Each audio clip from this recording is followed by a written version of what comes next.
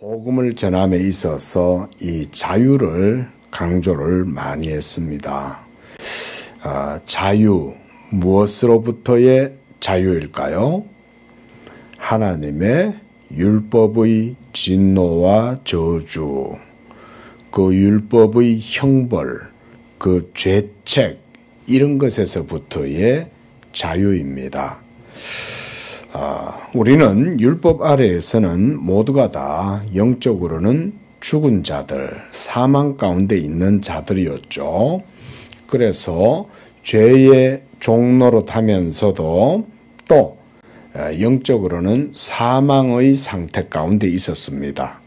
그런데 이제 그리스도께서 우리를 자유케 하시려고 자기의 몸으로 말미암아 율법에 대하여 죽음을 당하실 때에 그를 믿는 우리들도 그와 함께 십자가에 못 박혀 율법에 대하여 죽임을 당하고, 그래서 이제는 우리도 그 율법에 대하여 그리스도와 함께 죽었으므로, 그래서 우리는 이제 율법에 대하여 죽고, 또 하나님께서 이 그리스도를 다시 죽은 자 가운데 살리실 때 그리스도 안에 역사하는 그 생명의 능력, 그리스도께서 다시 살아나실 때 하나님께서 그리스도 안에서 일으키신 그 생명의 능력을 이제 예수 믿는 우리 안에도 이것을 베풀어 주셔서 죽은 우리의 영혼이 그리스도와 함께 다시 살아나게 하셨다. 그래서 예수 믿는 우리는 이제 이 율법의 저주와 진노, 그리고 죄책, 그래서 사망의 모든 그 그물, 덫에서 이제는 벗어나고, 그렇게 해서 우리는 이제 자유롭게 되었다. 이게 말하자면 사도들이 증거하는 그런 복음의 자유의 기본적이고 핵심적인 내용이라 하겠죠. 오늘 2장 16절 이 본문에서도 사도는 너희는 자유가 있으나 그랬습니다. 바로 이 자유, 복음의 자유입니다. 예수께서 우리를 자유케 하신 바로 그 자유, 그리스도께서 십자가에서 자기의 몸을 하나님께 드리심으로써 우리를 향한 하나님의 모든 율법의 진노, 저주, 형벌, 그 죄책으로 말미암는 모든 그 율법에서부터 자유케 하셨다. 그래서 우리는 이제 자유가 있다, 이렇게 말을 하는 거예요. 그런데 이제 이렇게 그리스도의 은혜로 율법에 대하여 이제 자유해진 성도는 그리스도의 새 생명 가운데 행하는 사람들이고, 그 새 생명 가운데 행하는 사람은 이제는 그 자유 가운데에서 행하는데, 이제는 이 자유를 자기의 즐거움이나 유익을 위하여 행하지 말고 이제 다른 사람의 유익을 구하고 하나님의 영광을 위하여 행하라. 이게 사도 바울도 고린도전서에서 먹든지 마시든지 하나님의 영광을 위하여 하고 누구든지 자기의 유익을 구하지 말고 다른 이의 유익을 구할 것이며, 네가 자유가 있다고 해서 그 자유를 너를 위해서 쓰지 말라는 거죠. 이것이 사실은 진정한 자유를 누리는 그런 성도입니다.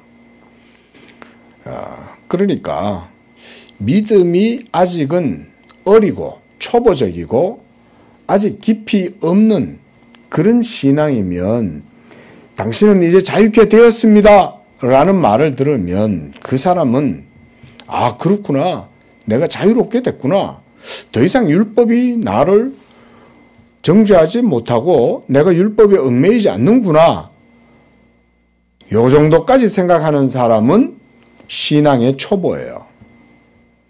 그런데 온전한, 우리가 성경에서는 퍼펙트라고 하긴 하지만 그 온전한 신앙 가운데로 나아가는 그런 믿음의 사람은 이제 이 자유를 누리되 자기를 위하여 이 자유를 누리는 게 아니라 도리어 자유케 하는 율법을 따라서 하나님의 말씀을 따라 하나님께 영광을 돌리고 그리고 자기의 유익이 아닌 다른 사람을 위해서 쓴다 이런 얘기인 거죠.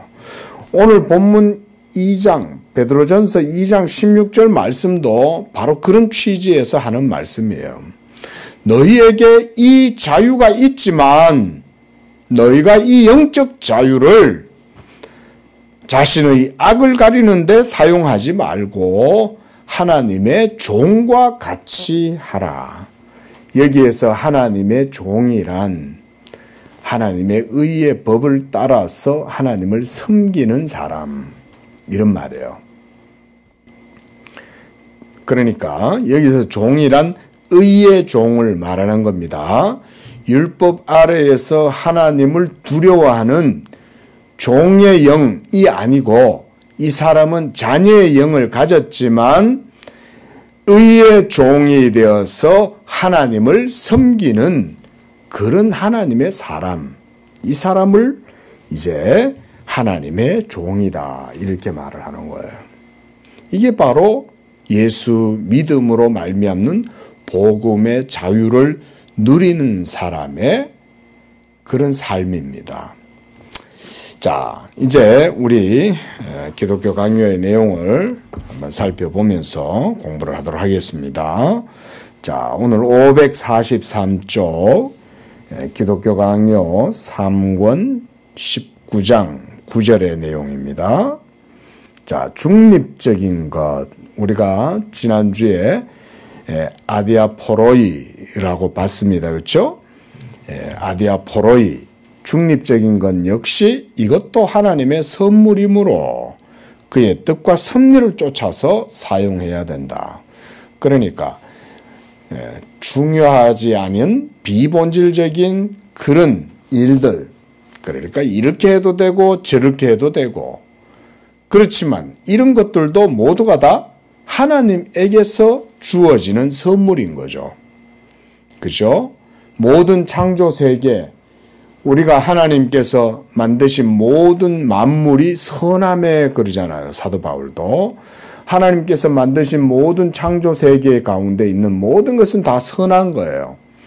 근데 이 선한 것들은 중립적인 거예요. 내가 이렇게도 해도 되고 저렇게 해도 돼요. 근데 그렇게 행할 때 그런 것들도 우리가 이렇게 행할지라도 또 저렇게 행할지라도 모두가 다 하나님의 말씀을 따라서 하나님의 뜻을 따라서 이제 우리의 그 자유를 사용해야 된다. 처음에 아담에게는 이 자유가 있었습니까? 없었습니까?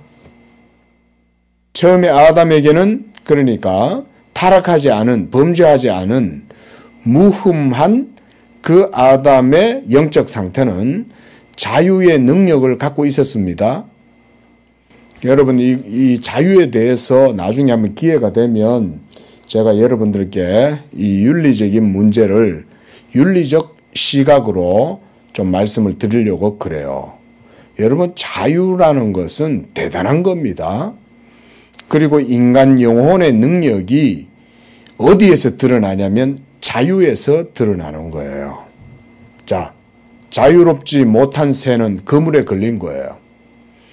그물에서 벗어날 수 있어요? 없어요? 벗어날 수 없죠. 새가. 그러면 그 새는 능력이 있어요? 없어요? 그 새는 그 그물을 벗어날 수 있는 그 올무에서 벗어날 수 있는 능력이 그에게는 없는 거예요. 죄의 종이 되었다는 얘기는 능력을 상실했다는 말인 거예요. 역으로 자유롭게 뭔가를 선택하고 결정하고 자기의 의지와 뜻을 따라서 행할 수 있다는 것은 뭐라는 거예요? 그게 바로 능력이라는 거예요. 처음 아담에게는 그런 능력이 있었어요. 그런데 아담이 이 능력을 하나님의 말씀을 따라서 쓰기보다는 사탄의 유혹을 따라 하나님과 같이 되려고 그렇게 결정을 하고 그것을 자기가 선택하고 행동한 거예요. 그렇게 행한 것도 아담 자신의 죄책인 거예요. 아담 자신의 죄로 말미암는 거예요. 그게. 죄를 짓고부터는 그때부터는 하나님의 말씀을 버렸으므로 그때부터 아담은 자유의 모든 능력을 다 상실해 버렸어요. 하나님의 말씀을 어기자 말자 죄가 아담에게 들어오고 그때부터 아담은 죄를 지었으므로 죄의 종이 된 거예요. 누구든지 죄를 짓는 자는 죄의 종이다. 사도 바울이 이렇게 말씀했죠. 죄를 짓는 사람은 죄의 종이에요. 아담은 그때부터 죄의 종이 되었고 율법의 그물에 걸려서 벗어날 수 없는 그런 영적으로 무능한 사망의 상태가 되어버린 거예요. 그러나 하나님의 사람들은 이제 그리스도 예수의 이 복음의 자유로 말미암아 자유를 얻었고, 예? 진리가 너희를 자유케 하리라. 주의 영이 계신 곳엔 자유함이 있느니라. 바로 예수 믿음으로 말미암는 이 자유의 은총과 능력이 하나님의 말씀에 의해서 우리에게 주어진 거죠. 그러므로 그 사람은 이제 새 생명의 원리를 따라서 이 하나님의 말씀, 계명을 따라서 살아가는 것. 그게 바로 하나님의 뜻과 섭리를 쫓아서 사용해야 된다. 그 얘기인 거예요. 자, 읽어보겠습니다. 그러나 우리는 그리스도인의 자유가 모든 부분에 있어서 영적이라는 사실을 주의 깊게 관찰해야 된다. 여기서 칼빈은 영적인 것이다 그랬는데 제가 조금 전에 아담 얘기하면서 윤리적이다 또는 능력이다 이런 표현 썼죠. 그런 거하고 같은 의미예요. 그러니까 자유를 행할 수 있고 자신의 의지로 하나님의 말씀을 따라 선택할 수 있는 그런 자유로운 의지, 그게 바로 능력입니다. 그게 이 자유의 전체적인 힘 그러잖아요. 능력이에요. 자유는요. 여러분 자유라는 개념을 그렇게 윤리적으로 생각하면 그건 능력입니다. ability예요. 능력. 그래서 하나님 앞에서 두려워 떨고 있는 양심을 평온하고 진정시키는 것이 자유의 힘이다. 그렇겠죠. 저주를 두려워하고 밖에 나가면 번개 맞아 죽을 것처럼 두려워하면 집 바깥에 나가지도 못하잖아요. 미신적 두려움에 사로잡혀 있으면 벽에 못 하나 제대로 못 박죠. 결혼 날짜도 무당한테 가서 받아야 되고 이런 게 전부 다 두려워서 떠는 거 아니에요? 차에 부거체를 갖다가 달고 다녀야 차에 행운이 옵니까? 가게 문 위에다가 부거체를 달아놔야 그 집에 복이 들어옵니까? 그 사람은 자기 스스로가 자유하지 못하다는 것을 보여주는 거예요.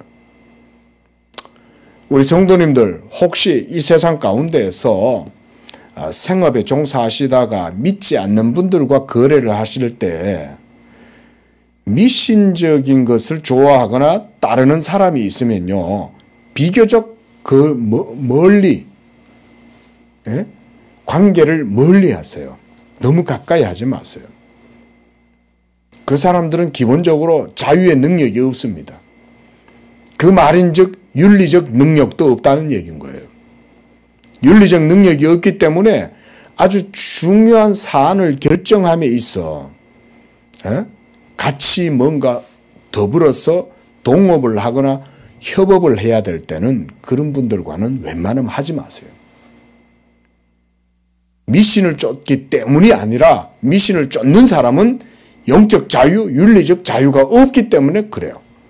그런 사람들은 반드시 불법을 저지릅니다. 그리고 반드시 그런 사람들은 편법을 쓰고 그러다 보면 그것 때문에 사로잡혀서 걸려 넘어집니다.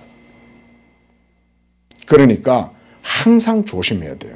안 믿는 사람들과 뭔가를 할 때는, 그래서 믿는 사람들은 하나님의 관점과 지혜를 가지고 그런 사람들과 함께. 그래서 성경에서도 너희는 믿지 않는 불신자들과盟예를 같이 맺지 마라.盟예란 말은 협업하지 말라는 얘기예요. 코오퍼레이트를 하지 말란 말이에요. 예? 바로 그런 이유 때문에 그래요. 그들이 단순히 나는 하나님을 믿는데 저 사람들은 하나님을 안 믿어.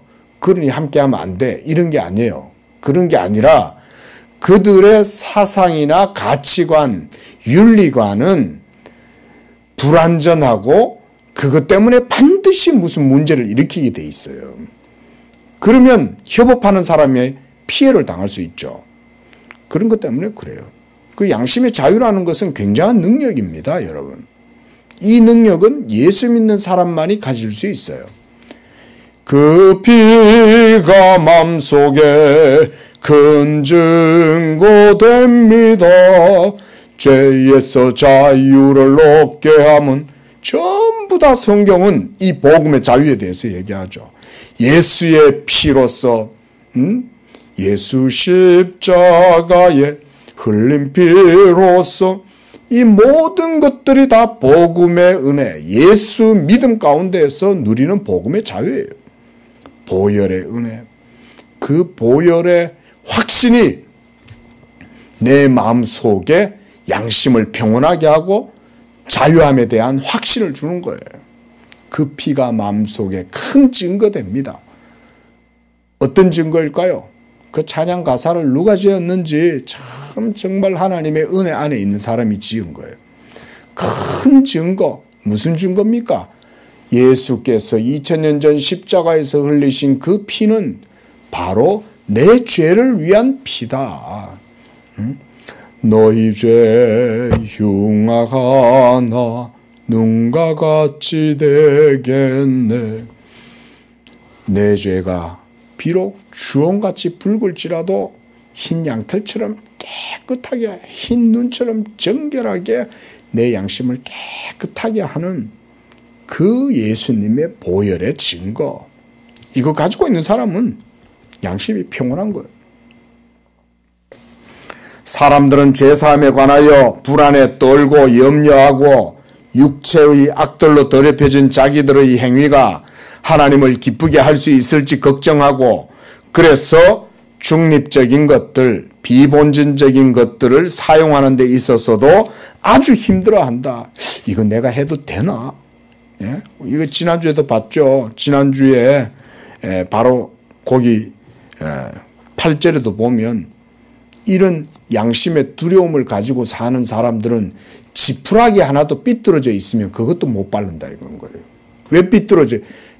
지푸라기가 삐뚤어져 있는 거를 바르는 게 뭐가 문제예요? 그죠? 근데 자기 양심이 삐뚤어져 있으니까 지푸라기가 옆으로 이렇게 삐뚤어져 있단 말이에요. 그 지푸라기가 아무것도 아니잖아요. 근데 지푸라기가 삐뚤어져 있어요? 근데 자기 양심이 뭐라 그래요? 너 삐뚤지. 저 삐뚤어진 너 지푸라기 밟으면 그거 죄받아? 아니, 그런 소리를 누가 해주냐고요. 누가 해주겠어요? 자기 안에 있는 양심의 법이 그걸 얘기해 주는 거예요. 그런 게 미신의 두려움이에요. 아니, 지푸라기 밟은 것 갖고 뭐 그러냐. 대수롭지 않게 우리는 생각할 수 있겠지만 연약한 영혼들은 그렇지 않아요. 예? 우리가 윤동주 시인의 서시 이런 것도 보면 잎새에 이는 바람에도 나는 괴로워했다 그러죠. 어떻게 보면 복음의 자유를 누리면 잎새에 이는 그런 바람 때문에 괴로워하진 않죠. 사실은. 따라서 이 자유를 자기들의 욕정을 합리화하기 위한 변명거리로 삼는 자들과 삼아서 하나님이 주신 선한 선물들을 자기의 유격을 채우는데 오용하는 자들과 이 자유는 사람들 앞에서 사용하지 않으면 존재하지 않으므로 그것을 사용함에 있어 연약한 형제들을 고려할 필요가 없다고 여기는 자들의 해석은 모두 사악하게 뒤틀려 있다. 자, 요게 이제 칼빈이 말하고자 하는 거죠. 자유가 있긴 한데 그 자유를 그러면 바르게 쓰는 건 또 뭐냐 이거죠. 우리가 뭐 방임, 방종 이런 말 있잖아요. 진정 영적으로 이 복음의 자유를 누리는 사람은 하나님의 의의 종이 되어야 돼요. 그래서 계속 봅니다. 이 시대에는 첫째 부류에 속한 자들의 죄의 정도가 더 과하다. 오늘날 재력을 내세워 호화롭게 살 수 있는 사람들을 치고 허영에 찬 화려한 연회, 몸치장, 대저택에 빠져 과도한 영화를 즐기거나 갖은 허세를 다 부리며 자기 이웃들보다 뛰어남을 과시하려 들거나 자기 재산을 헤아리며 허장성세를 부르거나 하지 않는 경우는 거의 없다.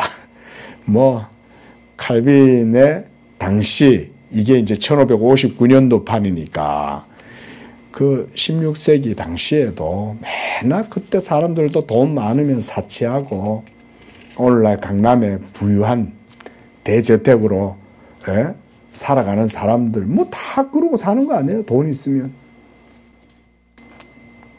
그들은 이 모든 것을 그리스도인의 자유라는 구실 아래 변호하려고 든다. 중립적인 것들은 행하든 행하지 않든 상관이 없으므로 아무렇게나 해도 된다는 주장을 편다. 자, 우리가 지난주에 아디아포라에 대해서 배웠어요. 그렇죠? 이렇게 해도 되고 저렇게 해도 되고 이렇게 안 해도 되고 저렇게 안 해도 돼요. 근데 자유예요. 근데 이제 이 자유를 그리스도인은 어떻게 바라보고 이 자유를 사용해야 하느냐라고 얘기하고 있는 거죠. 그러면 내 마음대로 하는 게 자유냐 이 말인 거예요. 이렇게 해도 내 양심에 거리낌이 없고 저렇게 해도 양심에 거리낌이 없다.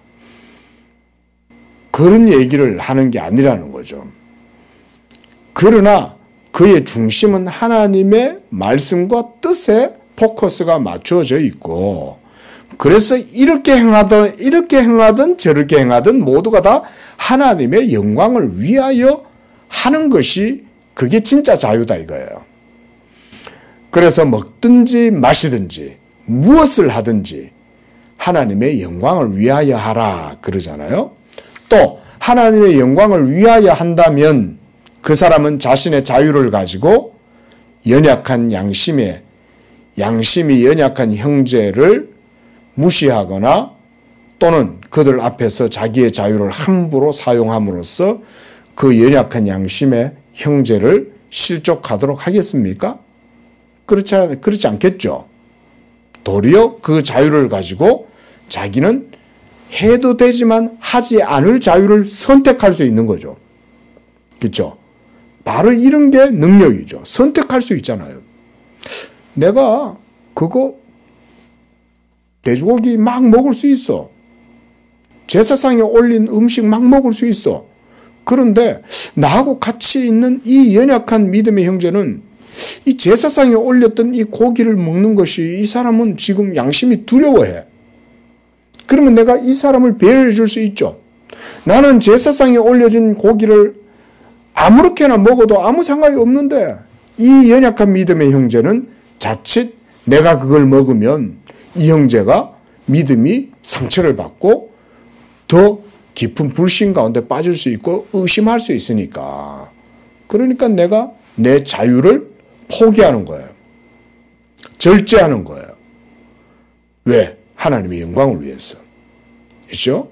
하나님의 율법의 강령인 형제사랑, 이웃사랑의 계명을 내 자유를 통해서 실현하는 거죠. 이게 자유롭게 행하는 거예요. 칼빈이 그 얘기하고 있는 겁니다. 자, 그래 중립적인 것을 행하든 행하지 않든 상관없는 것은 나도 인정한다 이 말이죠. 다만 그것들이 참으로 중립적으로 사용된다는 조건 하에서 그렇다.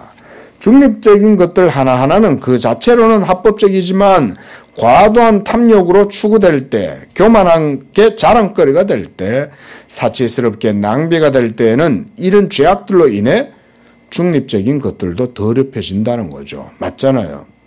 우리가 자유랍시고 이렇게 해도 되고 저렇게 해도 돼 라고 행할 때 하나님의 뜻에 맞지 않다면 내가 이렇게 행한들 저렇게 행한들 그것은 나중에 죄가 될 수 있죠. 아니 내 돈 가지고 내가 하겠다는데 무슨 상관이에요. 하나님이 계시죠. 무슨 상관이 아니라 하나님의 기준이 있잖아요. 하나님은 우리에게 뭘 보십니까? 믿음이 있는가를 보시잖아요.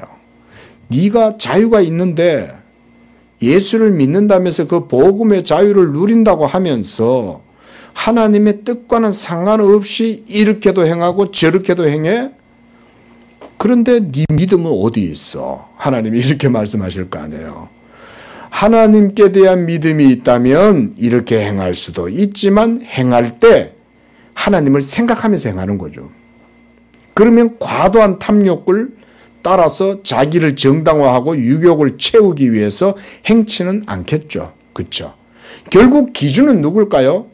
윤리적 잣대는 무엇일까요? 하나님이 윤리적 잣대죠. 결국은. 그렇죠? 이런 것 속에 사실은 칼빈의 기독교 강요 속에 그래서 여러 많은 신학이 들어가 있어요. 이런 거는 윤리적인 관점을 정확하게 보여주잖아요. 그렇죠?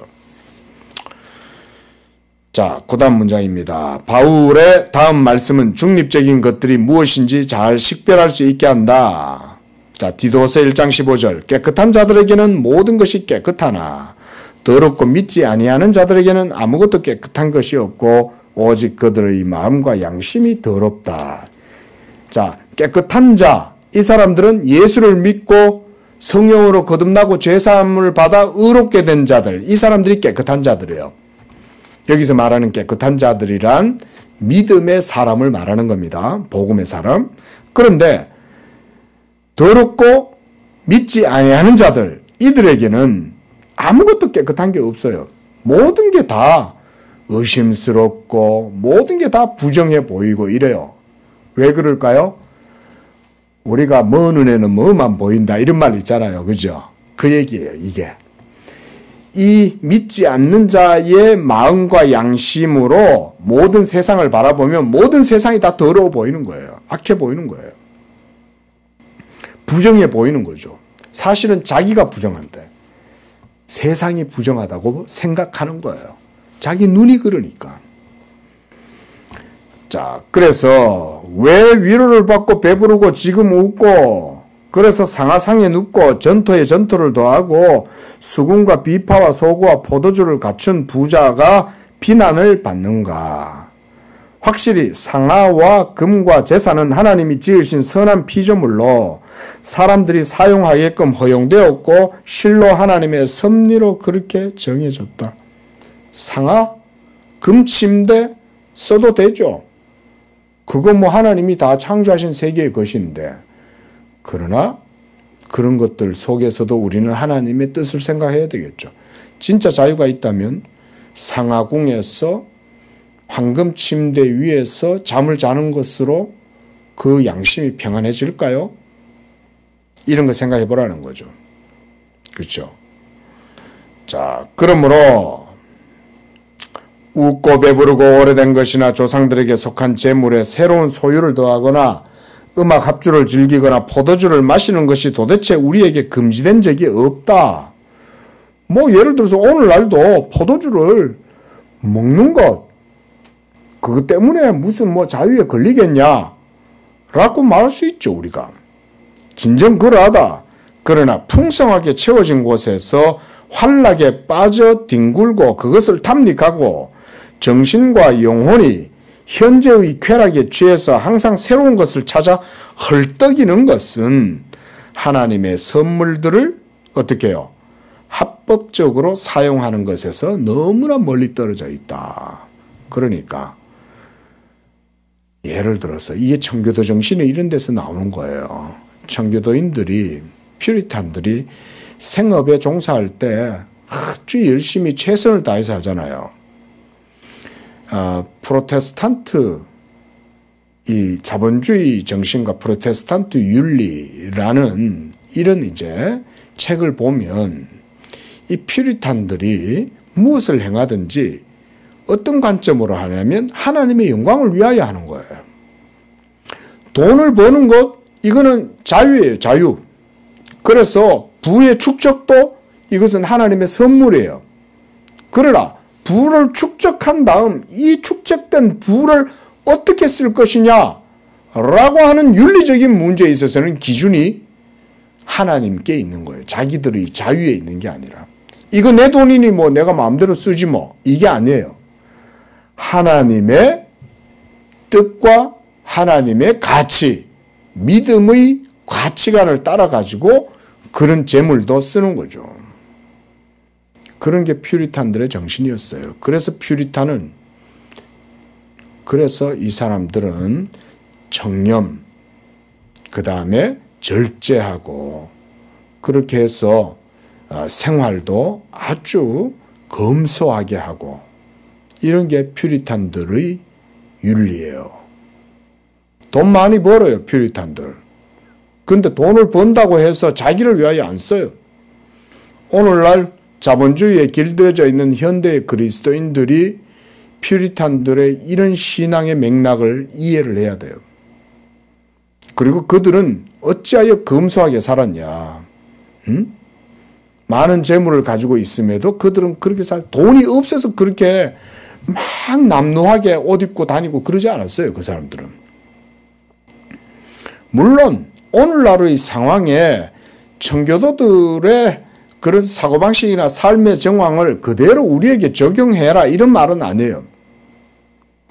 그러나 우리가 생각해야 되는 것은 우리에게도 퓨리탄들만큼이나 동일한 자유가 주어져 있는데 그 자유를 가지고 믿음의 가치관을 따라서 쓰고 있냐 이거를 우리는 생각해 봐야 되죠. 퓨리탄들은 열심히 일해서 자본을 형성시키고 부를 축적했어요. 그게 서구 자본주의가 성장하게 된 배경이라고 베버는 그렇게 본 거죠. 틀린 얘기가 아니에요. 덕분에 일본도 잘 살게 됐잖아요. 일본이 서구 문물을 16세기에 네덜란드까지 가가지고 교육을 하면서 네덜란드가 어떤 데입니까, 여러분? 네덜란드는 개혁주의가 꽃피던 곳이에요. 그런 곳에서 일본은 기독교는 물론 그때도 이제 기독교도 같이 전파가 됐지만, 지금은 기독교 정신은 싹 빼내고 자본주의 정신만 받아들인 게 일본이잖아요. 그 네덜란드가 그만큼 이 돈 버는 데 있어서는 대단했습니다. 그래서 종교개혁이 일어나던 당시에 이 네덜란드가 자본가들이 많아가지고 그 자본가들이요. 당시에 종교의 핍박을 받고 박해를 받는 사람들, 피난민들, 이런 사람들을 도와주고 또 하나님의 이 유명한 신학자들이나 이런 분들에게도 후원해주고 네덜란드가 그때 당시에는 그랬어요. 기독교 정신과 가치관을 따라서 한 거죠. 오늘날도 뭐 우리가 퓨리탄하고 똑같이 해야 된다 그런 거 절대 아니에요. 그런 게 아니라 중요한 건 그게 아니고 오늘날 그리스도인들도 하나님 앞에서 자유를 누리되 하나님의 말씀을 따라 뜻을 따라서 절제하고 낮출 수 있어야 돼요. 아 이거 내 돈인데요. 뭐 내가 마음대로 내가 사겠다는데 아직은 연약한 믿음인 거예요. 믿음이 안 되는 거예요. 자유를 누릴 줄 알았지 그 자유를 가지고 하나님을 섬길 줄은 모르는 거죠. 아직까지.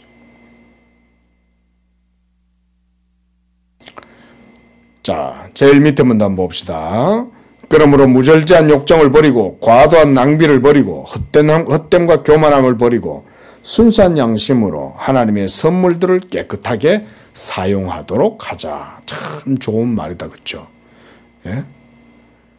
들뜬 마음을 가라앉히고 이러한 절도 가운데 평온함을 누리게 되는 것. 이게 예수로 말미암는 영적 평안이죠. 이걸 누려야 돼요. 이걸 누리면 비로소 사람들은 합법적으로 사용하는 규범을 가지게 될 것이다. 비로소 합법적인 사용하는 규범. 그래서 이 규범이라는 걸 저는 믿음의 가치관을 따라 이렇게 표현하고 싶어요. 믿음의 가치죠. 하나님이 내 모든 행동의 뜻에 내 결정의 중심이고 기준이 되고 그래서 하나님의 말씀을 따라서 내가 행동한다. 그러나 역으로 이러한 절제가 결여되면 심지어 평범하고 일상적인 즐거움조차 지나친 것이 된다. 이것도 역으로 믿음의 가치관이 없으면 그렇게 된다. 동일하게 이렇게 말할 수 있죠. 앞에 구절에서는 믿음의 가치를 따라서 규범이 작동하고, 바로 지금 읽었던 문장에서는 믿음의 가치를 따르지 않으니 아무리 평범하고 일상적인 즐거움을 누린다 해도 그것은 죄가 된다. 그래서 사도 바울도 믿음으로 하지 않은 모든 것은 죄니라. 바로 그런 말씀들이 이런 뜻을 통해서 우리가 이해할 수 있죠. 믿음으로 하지 않으면 다 죄예요. 나 지금 정상적이고 평범한 상태인데요. 아니에요. 믿음이 없으면 다 죄예요. 다 죄. 자, 넘어가겠습니다. 자, 그래서 그다음 545쪽 두 번째 문단 중간쯤 보세요. 그래야 하나님이 그들을 부양하셔서 사치하도록 하시는 것이 아니라 생활할 수 있도록 하신다는 것을 기억하게끔 하자. 그리고 그들이 바울에게서 배운 이 그리스도인의 자유의 법을 생각하도록 하자. 그리스도인의 자유의 법. 즉 어떤 형편에든지 자족하고 비천에 처할 줄 알고 높음에 처할 줄 알며 어느 곳에 있든지 무슨 일을 당하든지 배부르고 배고프고 풍부와 궁핍에도 처할 줄 아는 것. 삶의 일체의 비결이죠. 이 삶의 일체의 비결이란 뭘까요? 하나님을 믿는 믿음으로 복음의 자유 가운데서 하나님만으로 만족하고 하나님의 뜻에 따라서 내 모든 의미를 거기에서 찾고 구하는 거, 이런 거죠. 하나님이 모든 것의 기준이에요. 그러니까 이런 사람이 바로 하나님 중심의 사람 아니겠어요? 우리가 이 사람은 하나님과 동행하는 사람이요, 이 사람은 하나님을 기쁘시게 하는 믿음의 사람이에요. 지금 칼빈이 얘기하고 있는 게 이런 겁니다. 자, 10절입니다. 자, 자유는 사용하는데 못지않게 삼가하는 것도 자유다, 이 말이에요. 예? 자유를 쓰는 것만 자유가 아니죠. 그 자유를 절제하고 삼가하는 것도 자유라는 거예요. 왜 그렇게 할 수 있습니까? 이 사람은 이제 윤리적 능력을 갖게 된 거죠. 그 능력이 어디서 나왔어요? 예수 믿음에서 나왔어요. 그 믿음 안에 성령이 역사하시고 그 믿음 안에 진리가 생명의 능력으로 작동하기 때문에, 그러기 때문에 이 사람은 자유로울 수 있고 또 자유롭기 때문에 이 자유를 절제할 수도 있는 거예요. 살아있으니까. 자, 이 점에 있어서 많은 사람이 잘못을 범한다. 이 사람들, 잘못을 범하는 이 사람들이 믿음의 초보예요. 믿음의 초보. 아직 복음을 몰라요. 복음을 알면 자유롭지만 자유를 절제도 하는 거죠. 그들은 사람들을 증인들로 세워야 자기들의 자유가 안전하고 건전한 것이 되기라도 하듯이 그것을 무분별하고 미련하게 보란듯이 사용한다. 예, 그런 사람들 많잖아요. 나 자유로워. 아니 뭐 내가 이렇게 하겠다는데 그건 무슨 상관이야? 나 예수 믿고 이제는 율법에 대하여 자유해. 라고 말은 하는데 다른 사람들한테 이제 아주 밉살 굳게 구는 거죠. 자, 이러한 부적합한 사용으로 말미암아 연약한 형제들이 걸려 넘어지는 일이 매우 자주 일어난다. 자, 이 술 먹는 문제 예를 한번 들어봅시다. 술 마시는 거, 뭐 맥주 한 모금, 포도주 한 모금 마시는 거 우리가 그거 가지고 죄라고 하진 않아요. 근데 만약 믿음이 연약한 사람이 있다 쳐봐요. 제가 얼마 전에 이제 인터넷에 외국의 어떤 설교하시는 목사님 설교를 들어보니까 그 목사님이 자기는 포도주를 안 마신다고 그러시더라고요. 그 포도주를 마셔도 된다는 거예요. 자기 생각에는. 근데도 마시지 않기로 했다는 거예요. 자신은. 왜 그러냐 그랬더니 믿음이 연약한 사람이나 어린아이들이 자기가 포도주를 마시는 걸 봤을 때 그들은 자신의 믿음은 고려하지 않는다는 거예요. 목사님도 포도주 먹네 이 생각을 하지, 목사님은 믿음이 있어서 자유 가운데에서 저 포도주를 마실 수 있으니 목사님은 저걸 마시는구나 이렇게 생각하지 않는다는 거죠. 뭐만 본다는 거예요? 목사님이 포도주 마시는 것만 보는 거죠. 그러면 애들도 우리 목사님 포도주 마시는데 나도 마시지 뭐. 이렇게 된다는 거죠. 그러면 그 연약한 믿음의 사람을 실족시키는 거죠. 자, 그래서 우리가 바로 어떤 형편이든지 이런 것들을 배워야 된다. 자, 그래서 바로 다음 주에는 고기에 대한 얘기를 했습니다. 마치 금요일에 고기를 먹는 자유를 획득하지 못하면 자기들은 자유가 존재하지 않기라도 하듯이 여기게 되는 것을 볼 것이다. 나는 그들이 무엇을 먹는다는 사실 자체를 비난하는 것이 아니다. 이렇듯 그릇된 편견을 그들의 마음에서 몰아내야 한다는 것이다. 금요일, 왜 금요일 날 고기 안 먹어요? 이거는 전통적으로 로마 교회 전통이에요. 성금요일 이래가지고 성금요일이니까 그날은 우리가 육식을 절제하자. 이런 게 이제 전통이 된 거죠. 그러다 보니까 금요일 날 고기 먹는 것을 나중에는 꺼리게 된 거죠. 근데 금요일 고기 먹어도 돼요? 안 돼요? 아니, 뭐 먹어도 되죠. 그런데 그것에 얽매이게 되면 문제가 되는 거죠. 그들은 자기들의 자유로 얻게 되는 것이 사람들 눈앞에서는 전혀 새롭지 않으며 오직 하나님 눈앞에서만 새롭다는 사실과 자유를 사용하는 데 있을 뿐 아니라 삼가하는 데 있다는 사실을 생각해야 했음에도 불구하고 그렇게 하지 못했다. 자유가 있어요. 포도주 먹어도 되는 거예요. 근데 먹을 자유는 있는데 삼가해야 할 자유도 있다는 거죠. 믿음이 없이는 이것 때문에 많은 오류를 일으킬 수 있는 거예요. 다른 사람에게 상처를 줄 수도 있습니다. 고기를 먹든 달걀을 먹든 붉은 옷을 입든 검은 옷을 입든 하나님 앞에서 아무 차이가 없다는 사실을 그들이 이해할 수만 있다면 충분하고도 남는다. 하나님의 자유의 은총에 빚지고 있었던 양심이 이제 해방되었다. 따라서 이후에 전생의 동안 고기를 금하고 줄곧 한 가지 색의 옷을 입는다고 해도 그들이 덜 자유스러운 것은 아니다. 그렇죠? 아니, 고기를 안 먹고 일평생 아주 검소하게 옷도 아름다운 옷, 컬러풀한 옷 그런 거 안 입고 채색 옷 안 입고 그저 무명으로 된 허름한 그런 옷 하나만 입고 살아간다고 해서 그들이 자유롭지 않은 건 아니죠. 왜냐하면 그들은 이미 양심이 그리스도의 복음의 은혜 안에서 자유함을 누리니까. 그러나 거기도 해놨네요. 그들은 참으로 자유롭다. 왜냐하면 자유로운 양심을 가졌기 때문이다. 그렇기 때문에 삼가한다는 거예요. 그러나 형제들의 연약함을 대수롭지 않게 여기고 마음에 두지 않는다면 이들 걸려 넘어지게 하는 자들은 가장 위험한 지경으로 미끄러져 내려갈 것이다. 우리는 마땅히 형제들의 연약함을 인내해야 한다.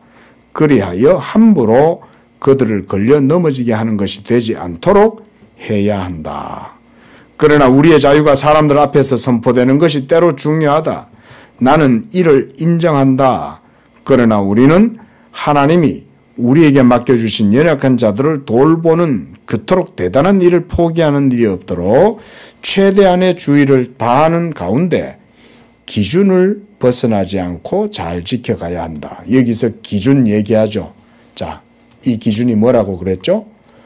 자유로운 사람은 복음으로 말미암아 자유롭게 되었다 할지라도 그 사람의 모든 행동은 이렇게 해도 되고 저렇게 해도 되지만 기준은 뭐예요? 하나님이 기준이죠. 믿음이 가치관이죠. 믿음을 따라서 행하면 이렇게 해도 하나님의 영광을 위하여 하고 저렇게 해도 하나님의 영광을 위하여 하는 거예요. 근데 믿음이 없는데 자유만 강조해. 그러면 결국 그것도 결국은 칼빈의 표현에 의하면 걸려 넘어지게 된다 이거예요. 걸려 넘어지게 된다. 자, 여기까지 하겠습니다. 기도하겠습니다. 자비로우신 하나님 아버지, 우리에게 예수 믿음을 은혜로 값없이 선사해 주시니 감사합니다. 우리가 이 자유를 가졌으나 이 자유를 따라서 육체의 기회로 삼지 아니하고 오직 하나님의 종들과 같이 행하여 하나님을 기쁘시게 하고 나의 유익을 구하지 아니하고 다른 이들의 유익을 생각하면서 내 자유를 때때로 하나님 앞에서 신앙의 확신과 담대함과 복음의 자유를 누릴지라도 이제는 그것을 나를 위하여 쓰지 아니하고 다른 자들을 위하여 하나님의 영광을 위하여 때때로 이 자유를 절제하고 이 자유를 포기할 수 있는 자유까지 우리가 나아가도록 은혜 내려 주시옵소서. 우리 양재교회 성도들에게 이런 자유의 능력을 주시고 이 복음의 자유 안에서 오직 하나님께 대한 믿음으로 모든 일들을 선택하고 결정하여 하나님께 영광을 돌리며 율법에 고유한 그 뜻인 이웃사랑의 계명도 온전하게 이루는 그런 우리의 삶이 되게 주옵소서. 예수님의 이름으로 기도합니다. 아멘.